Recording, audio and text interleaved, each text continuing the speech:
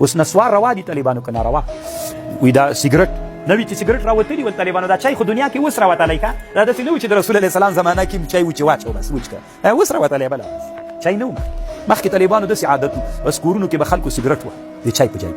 مېلمه به چې ورته راغی چلم به ورته کېښود ګپ نه ده سره لګوم تاسو تحقیق وکړئ دا مخکې د ټولو عرفونو کې عادت چې مېلمه به ورته راغی بس چلم به ورته راوړ مېلمه به چلم ته ځپ وه خو چارس به نه و طالبانو دا سیګریټ به پکې حقه ورته وي علما علات مکروه په هغه زمانه کې د علما اله مکروه تنزیهي بلي شاني مکروه تنزیهي ورته وي تاسې وګورئ طالبان رد المختار کتابونه چې پرې جوړ سوي هغه ده داسې حالت بیا مېلمه ته به هم طالبانو چلم کړي نو بیا د دور المختار په زمانه کې چې عثماني خلافت هلته د مسلمانانو امیر امر وکړي چې سیګریټ به نور نه وهل کېږي د دور المختار مولا په متن کې د دور المختار لیکي چې دا ناروا ده که مباح سي سیګریټ کې بیا اختلاف و د مولایانو روا ده که ناروا ده په هغه زمانه کې دا ناروا ده ځکه ناروا ده